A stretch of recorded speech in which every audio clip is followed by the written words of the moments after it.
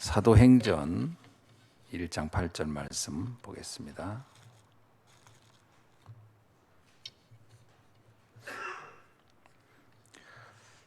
사도행전 1장 6절에서 8절 말씀 함께 볼까요? 6절에서 8절까지. 그들이 모였을 때 예수께 여쭈어 이르되 주께서 이스라엘 나라를 회복하심이 이때니까 하니 이르시되 때와 시기는 아버지께서 자기의 권한에 두셨으니 너희는 알 바 아니요 오직 성령이 너희에게 임하시면 너희가 권능을 받고 예루살렘과 온 유대와 사마리아와 땅끝까지 이르러 내 증인이 되리라 하시니라. 아멘.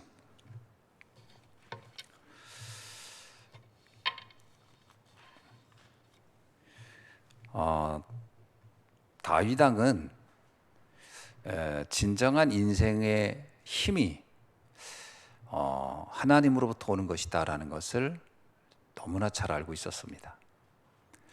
그래서 골리앗을 만나러 갈 때 뭐라고 외쳤냐면 골리앗이 자랑하는 무기, 그것이 힘이 아니고 만군의 여호와가 나와 함께하는 것이 힘이다. 그렇게 외치고 그 전쟁에 나가서 결국은 그렇게 자신만만했던 골리앗을 무너뜨리는 그러한 놀라운 역사를 성경 기록하고 있어요. 우리는 눈에 보이는 것이 전부다 이렇게 느낄 때 참 많습니다. 인생 문제가 다가오거나 그럴 때는 어떻게 이걸 해결해야 될까? 그러면서 우리는 우리 자신이 참 무능하다 이런 생각할 때가 진짜 많거든요. 우리도 모르게 심각한 문제를 만나고 해결할 수 없는 문제를 만나면 거의 모든 사람들은 그 문제를 해결할 수 없다는 사실에 되게 무기력해지고 무너지는 경우가 거의 대부분일 거라고 봅니다. 오늘 본문에 보면 실제로 이스라엘이란 나라는 로마의 속국이었어요. 로마의 속국은 그 이전에 겪어보지 못했던 것만큼이나 굉장히 광범위하게 이스라엘의 모든 것을 다 장악하고 있는 상태였죠. 그들은 세금도 다 로마에 내야 하는 그런 입장이 됐습니다. 전쟁이 또 일어나면 군대를 보내야 되는, 그래서 사실은 이스라엘은 로마에 완전히 그야말로 잡혀버린, 올무에 걸린 새 모양으로 그렇게 살고 있었습니다. 그러니까 이 항시 이스라엘 사람들에게는 주권이라는 게 자체가 없었기 때문에 너무 힘들고 고통스러운 날들을 보내고 있었죠. 로마는 또 계속 전쟁을 하는 나라이기 때문에 이스라엘의 젊은이들은 계속 전쟁터에 끌려가는 그런 비극적인 일들이 계속 반복되고 있었습니다. 그래서 이스라엘 사람들은 누구나 한결같이 언제쯤이면 우리가 이 로마의 저 올무에서 빠져나올 수 있을까, 이것이 아주 소망이었어요. 그래서 사실은 예수님 당시에는 더 심했고요. 그래서 오늘 본문에 보면 마가다락방에 모였던 제자들이 예수님께 했던 첫 번째 질문이 이겁니다. 우리가 언제쯤이면 로마에서 이스라엘의 나라가 회복이 될 수 있겠습니까? 언제쯤이면 이 문제가 해결되겠습니까? 이건 우리들이 늘 하는 질문과 같아요. 하나님, 언제쯤이면 내 문제가 해결될까요? 언제쯤이면 이 문제가 끝날까요? 이렇게 질문할 때가 많을 겁니다. 그런데 이때 예수님의 대답은 이 제자들의 질문에 너무 충격적인 대답이었어요.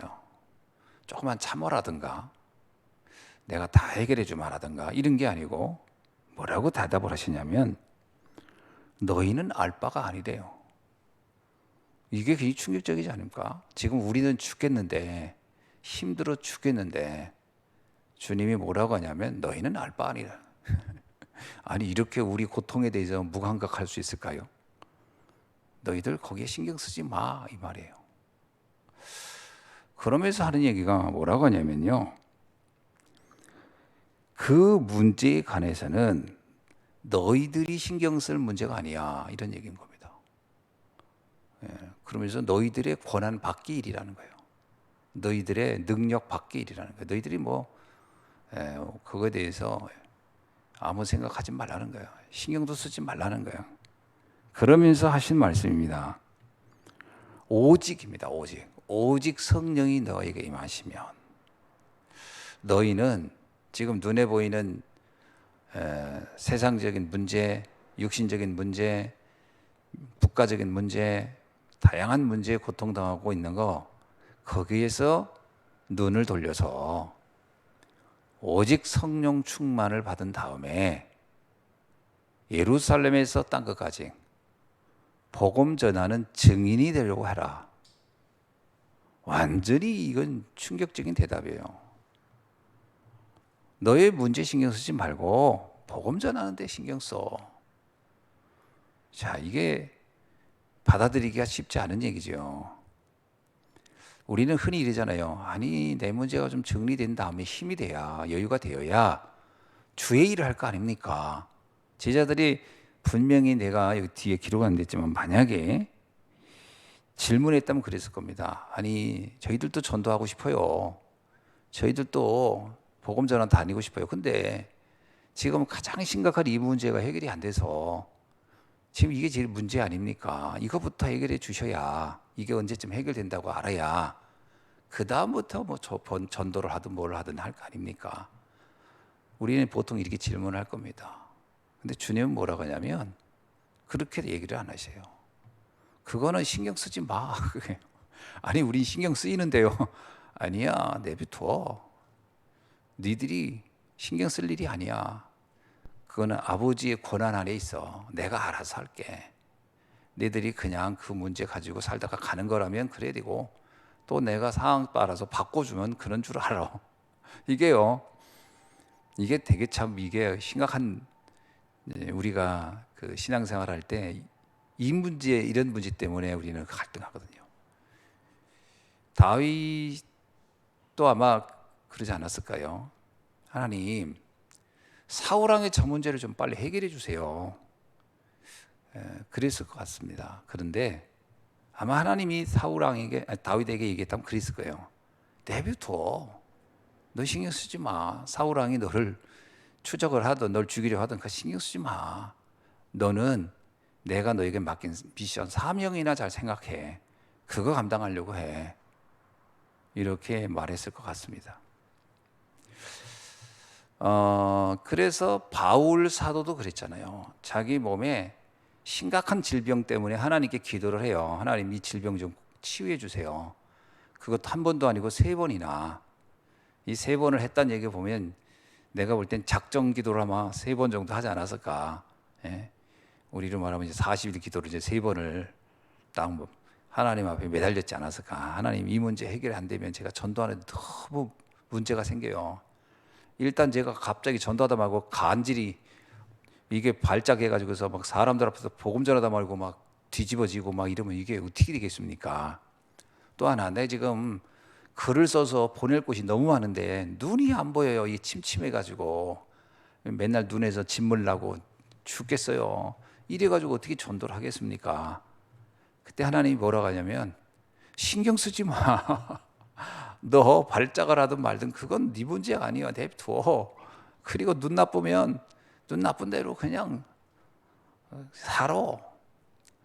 그런데 보니까요, 신기하게도요, 이 간질이라든가 안질 때문에 바울이 해야 될 일을 못한 적은 한 번도 없어요.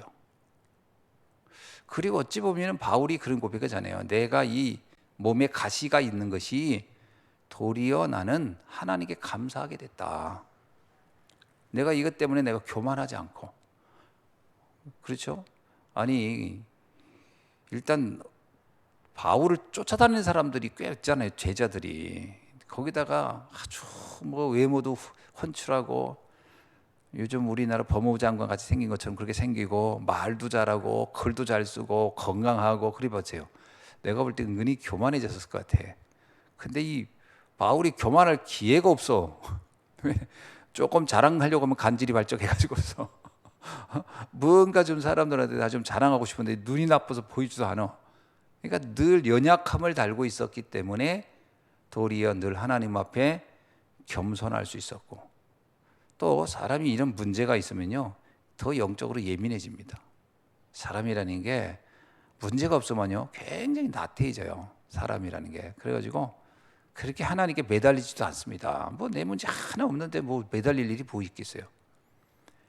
그러니까 이 바울에게 이런 약점은 도리어 영적으로는 더 강해지는, 더 섬세해지고 더 집중력을 갖게 하는 문이었고 수단이었다라고 보면, 도리어 그에게 연약함은 하나님의 입장에서 볼 때는 그게 장애물이 아니고 축복이다, 이렇게 해석이 될 수 있어요. 그러니까 하나님이 볼 때는 내가 다 알아서 하는 거야. 내가 어찌 보면 하나님이 이랬을 겁니다. 내가 알아서 너한테 준 병인데 내가 너한테 살짝 준 질병인데 너 그거 자꾸 해결해 달라고 하면 되겠니? 그건 내가 다 알아서 하는 거야. 적당히 너를 아프게 하고 적당히 너를 병들게 한 거야. 세계복음 하는데 쓰라고. 모세가 그랬잖아요. 하나님, 저를 부르려면 차라리 한 40대쯤 부르시지. 나이 80에 이게 다 늙었는데 이때 왜 부르십니까? 저는 못합니다. 시기를 잘못 잡았습니다. 그러니 이제 그때 뭐랍니까? 그건 네 소관이 아니야. 네가 늙었고 네가 병들고 네가 힘없는 건 너의 소관이 아니야. 내가 알아서 할게. 그러면 너는 내가 시킨 미션이나 감당해. 말을 못하면 말 잘하는 사람 붙여줄 것이고, 그죠? 힘이 연약하면 옆에서 네 두 손과 두 발을 들어줄 사람을 내가 붙여주면 될 거고, 모든 것은 내가 알아서 해. 이 권한은 내 소관이야. 너는 거기에 신경 쓰지 마. 이게 하나님이 모세에게도 하셨던 말씀이에요. 그러니까 우리는 하나님의 뜻을 잘 모를 때가 많죠. 그죠? 내 입장에서만 생각하는 거죠. 자, 진짜 힘은 어디서 오는가? 그래서 내 젊음에서 오는 것도 아니고 내 지식에서 오는 것도 아니고, 그죠? 나의 어떤 능력으로 오는 게 아니다. 진짜 힘은 하나님께로 오는 것이다. 예. 우리가 이걸 진짜 믿어야 돼요. 그래서 우리가 노바디 상태에 있어도 문제가 안 된다는 거예요. 나띵 상태에 있어도 상관이 없어요. 내가 돈이 없어도, 배경이 없어도, 어떤 내 주변에 어마어마한 어떤 힘이 될 만한 일이 아무것도 없어도 그래서 상관이 없다는 거예요. nothing과 nobody. 모세를 보면요 완전 nothing이에요. nobody예요. 아무것도 가진 게 없어요. 배경도 없어요. 다윗을 봐도 마찬가지입니다. 그 아버지가 아무 힘이 안 돼요. 그죠? 그러나 누구의 힘으로 되느냐? 여호와의 힘으로 되느니라. 그죠? 우리의 능력으로도 지혜로도 아니에요. 여호와의 힘으로 되느니라. 이것을 실제로 체험했던 사람들이 믿음의 사람들이다. 그죠? 자, 오늘 본문에 봐도 예수님은 제자들에게 뭐라고 하냐면, 제자들은 사실 지금 상황이 이루 말할 수 없이 열악한 상태입니다. 유대교가 핍박하지요. 로마에서 지금 경계하고 있죠. 이들은 출신들이 갈릴리 출신이죠. 사실은 아무것도 내세울 수 없는 사람들이, 그야말로 지금 직업도 변변한 게 아무도 없어요. 직업 좋은 사람 아무도 없어요. 제가 볼 때는 세리 마태 하나, 그죠? 그 사람 직업 하나 좋으려나? 가룟 유다가 좀 놔주면 좀 괜찮았지. 그런데 직업이에요, 이거. 직업이라고 할 것도 없습니다. 이 사람들 다. 거의 대부분이 어부 출신이고. 그런데 바로 그들에게는 다른 힘이 있었어요. 하나님의 능력이 그들에게 임했다. 성령의 힘이 바로 이거 아니겠습니까? 왜 하나님이 우리에게 성령을 주시겠다고 약속합니까? 그죠?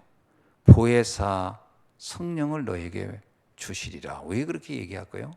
그게 너희에게 유익하다 그러잖아요. 내가 이 땅에서 살아가는 동안에 가장 중요한 힘은 하나님이 주시는 성령의 힘이다. 그래서 사실 우리가요, 성령의 힘 하면 또 우리는 오해하는 게 있어요. 성령의 힘 하면 뭔가 막 하나님이 능력 주시면 내 문제 있잖아요. 내가 지금 고민하는 문제를 내가 막 풀어내는 거라고 생각해. 문제를 해결하는 거라고 생각하지만 그렇지 않습니다. 해결보다 좋은 것이 해답이에요. 우린 자꾸 문제를 해결하려고 하거든요. 이걸 해결해 주세요. 저걸 해결. 아닙니다. 하나님은 내가 너희가 답을 줬다는 거예요. 해답. 응답이라는 거예요. 답. 답이 있어야 있다는 것이지 해결이 아니에요. 어쩌면 해결 안 되는 게 축복일지도 모릅니다. 그렇죠? 어저께도 이제 우크라이나 분들하고도 양육 같이 전도학교도 하고 그랬지만 제 생각해 보는 거예요. 저는 계속 지금 그들에게 일어난 전쟁을 딱 그 전쟁 자체 현실만 보면 우리에겐 정말 재앙이다, 저주다 이렇게 볼 수 있겠지만 자세히 보면요, 이게 하나님이 세계복음화를 위한 방법일 수 있어요. 그죠? 지금 우크라이나라는 나라 자체가 나름 지금 그래도 굉장히 영적인 나라입니다. 거기에는 오랫동안 그 많은 전도사들이 가서 사역했고 또 많은 신학교도 있고요. 훈련도 된 사람도 많고요. 근데 이들이 전 세계에 좀 흩어진 거예요. 한 100만이 흩어질 거라고 하는데 그 100만이 흩어진다면 또 그들이 갔다가 돌아올 수도 있겠지만 이런 위험 속에 있을 때 도리어 영적으로는 더 굉장히 예민해지고 더 강해집니다. 우리 민족을 보세요. 우리나라 6.25 전쟁 3년 하지 않았습니까? 전쟁 3년 하는 동안 남은 게 아무것도 없었어요. 진짜 뒷동산에 나무 하나도 없어요. 다 불타버리고. 아니 지금도 가끔 저기 성냥불 하나 그어서도 불나면 산이 그냥 초토화 되는데 포탄이 터져가지고서 막 여기저기 터지기 시작하면요, 뭐 하나 남아 있겠어요? 우리나라 누가 그러더라고요. 우리나라에 뭐 호랑이 사자 이런 게 없는 게 6.25 때 다 죽었을 거다고. 그거 살아남았겠냐고. 그거 그 전에 이미 일제시대 다 잡아 죽이긴 했지만 그 살아남을 공간이 있겠어요? 동물들이 있어서 외부에서 사다가 풀어놓지 않는 한은 그 존재하겠습니까? 다 죽는 거지. 사람도 죽는 판에 아무것도 남은 게 없지 않았습니까? 그야말로 그냥 허허벌 판에 있는 거예요. 그러니까 다 판자촌이, 우리나라 판자촌밖에 없었던 이유는 유일하게 내가 가서 비를 피하고 눈을 피할 수 있는 게 그거밖에 없었던 거예요. 거적. 그죠? 거적과 남자 판자촌. 그거로 땅 파고 거기서 대충 하고서 사는 게 아닙니까? 네? 얼마나 고통스럽게. 근데 그게요, 영적으로는 엄청 예민하게 만들었어요. 그래서 우리나라의 기독교의 이 황금기는 6.25 전쟁 직후부터 시작된 거예요, 사실은. 그죠? 곳곳에 사람들이 모여서 기도하고 예배드리고. 문제가 표면적인 것만 보면 저주 같지만 하나님의 거대한 구원사의 입장에서 보면 축복일 수 있다. 그걸 잘 우리는 봐야 돼요. 그래서 우리가 이 현실에 속지 말라라는 거예요. 눈에 보이는 것이 다가 아니라는 거예요. 우리는 자꾸 현실에 문제 있으면 그거에 매달려요. 그거에. 주님이 말하잖아요. 신경 쓰지 말라고. 그건 네 신경 쓸 바가 아니라고. 네 고난이 아니야. 네가 알 바 아니에요. 내 문제에 신경 쓰지 마. 그 얘기를 하고 있는 거예요. 그러면 뭐 하라는 얘기죠? 시대를 살리는 일에 집중해. 그 얘기예요. 이 시대 살리는 일을 바라봐.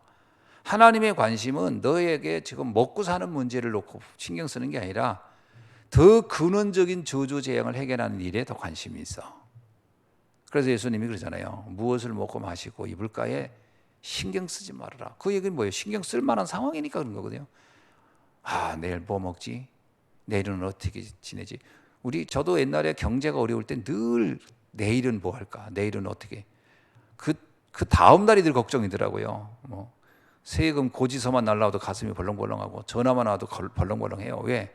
돈 갚으라고 하니까. 그러니까 의식주의 문제가 우리에게 늘 초비의 관심일 수 있어요. 그러니까 불신자들은 늘 그 생각하잖아요. 뭐 먹고 살까? 근데 주님이 뭐라고 하냐면 그거 신경 쓰지 말고 그의 나라와 의를 구해. 거기도 뭐 나오는 표현이 있어요. 먼저 그의 나라와 의를 구하라. 그래서 먼저라는 단어가 나와요. 우선순위를 어디다 두라? 의식 두지 말래요. 우선순위를 그의 나라와 의에 두라. 근데 이게 비밀이에요. 그럼 뭐래요? 그 모든 것은 주께서 알아서 더하여 주시리라. 자, 그래서 오늘 우리는 진정한 힘이 어디서 오는가? 하나님께부터 오고요. 지금 내 문제가 다 해결되어야 힘이 있는 게 아니고 어쩌면 그 문제가 더 나를 강하게 하는 요인일 수 있다. 그 생각을 하면 당장 문제 해결해 달라고 할 게 아니라 하나님 이 문제를 저에게 왜 주셨습니까? 왜 저에게 이걸 허락했나요? 라고 질문하는 게 더 정확해요. 왜 저에게는 이 문제가 계속 반복되고 있나요? 여기에 하나님의 사인을 내가 못 보고 있는지도 몰라요. 사인을 빨리 찾아야 돼요. 그래서요, 문제에는 답이 있고 위기에는 기회가 있고 갈등할 땐 갱신하라 그러잖아요. 그걸 적용을 잘해야 돼요. 갈등이 된다. 그러면 비슷한 수준이기 때문에 갈등하는 거예요. 그걸 확 넘어서 버리면 돼요. 갱신하면 돼요. 갈등할 일이 뭐 있겠습니까? 갈등이라는 건 뭐예요? 내가 마음이 수용이 안 된다는 거, 받아들이지 않을 때 갈등하잖아요. 아, 왜 저러지 저 사람?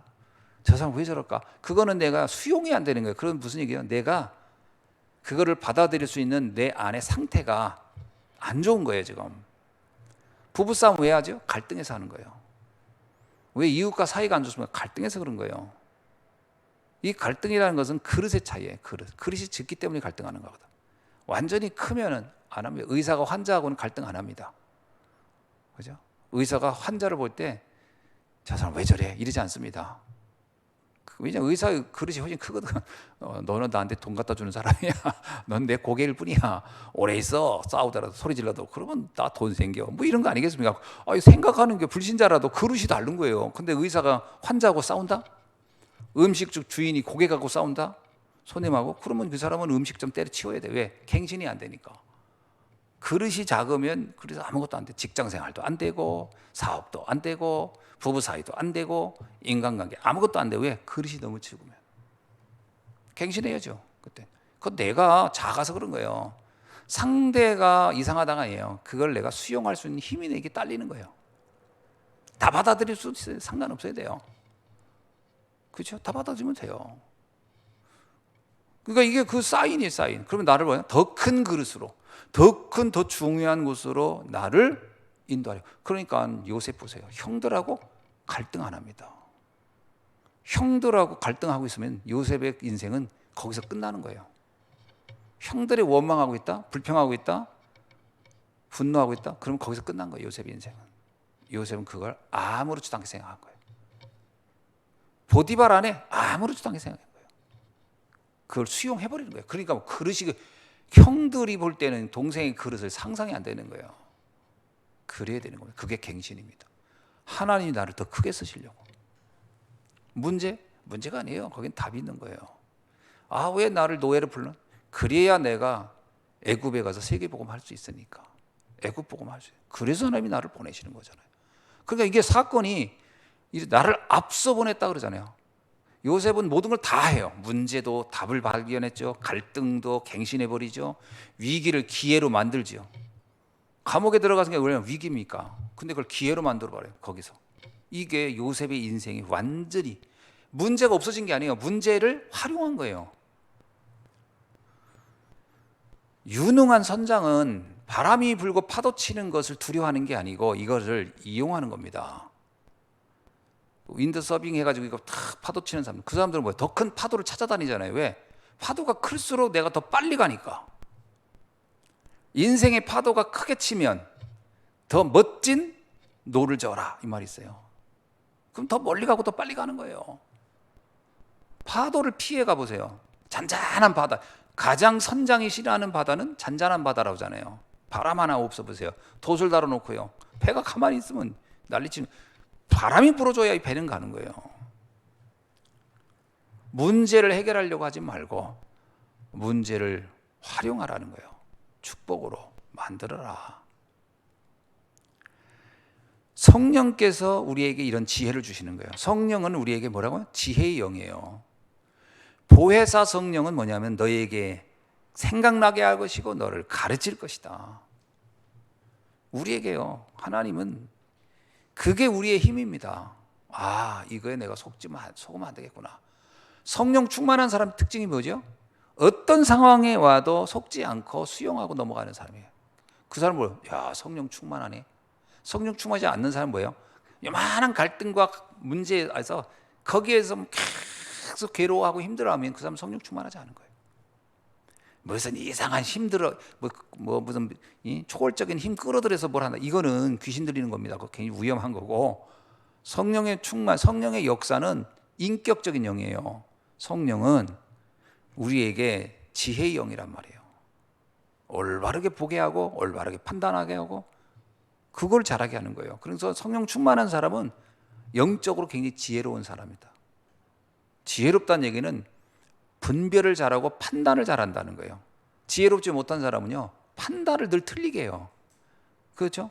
지혜롭지 못한 사람은요, 꼭 투자하면 다 달려. 주식 투자도 꼭 안 되는다. 이거 지혜롭지 못해서 그런 거잖아요. 지혜로워 보세요. 되는 데다가 투자하지.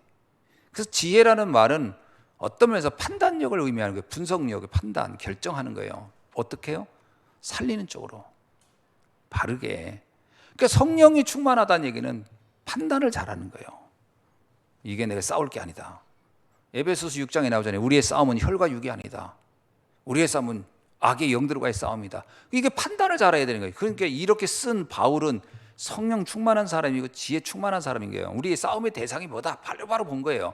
근데 이걸 이해 못하면요, 꼭 사람하고 싸우고 앉아 있어요. 육신하고 싸운다니까. 막 사람이 어때 저쩌네. 자꾸 우리가요, 이걸 렘넌트 사역을 해도 그렇습니다. 자칫 잘못하면 그 사람에 대한 인격이라든가 성격을 얘기할 때가 많거든요. 그게 지혜롭지 못해서 그런 겁니다. 지혜롭게 보면은 그게 성격 문제가 아니에요. 아무 문제 아니에요. 그거. 영적 문제로 봐야 돼요. 뭐가 저 렘넌트에게 무엇이 필요한가 영적으로 보는 눈이 있으면 돼요. 그죠? 뭐든지 영적으로 봐야 돼요. 영적으로 보는 눈이 없으면 육신적인 문제를 가지고 우리는 또 착각한다니까요. 그런 실수 진짜 많이 하잖아요. 제가 지금까지 그 복음 모르고 목회했을 때 가장 큰 문제는 뭐냐면 성도와 제가 싸운 거예요. 지금 생각해 보니까 내가 성도들하고 싸웠다니까요. 여러분 이해 안 되죠? 근데 내가 싸웠어요. 어떻게 싸우냐? 대놓고는 못 싸워요. 목사가 속으로 싸우는 거예요. 계속 원망하는 거예요. 속으로. 그러면 어떻게 돼요? 내 수준이 분별을 잘못한 거예요.